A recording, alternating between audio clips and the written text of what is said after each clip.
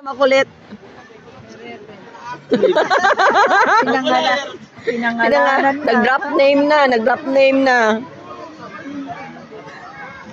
Makulit siya. Kanina nga umaga pa yan, no?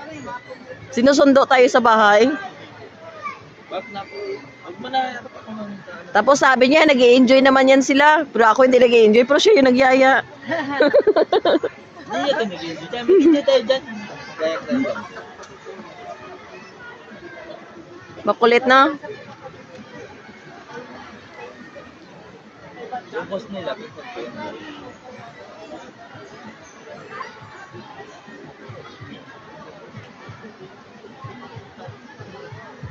Nag-enjoy si Reyna.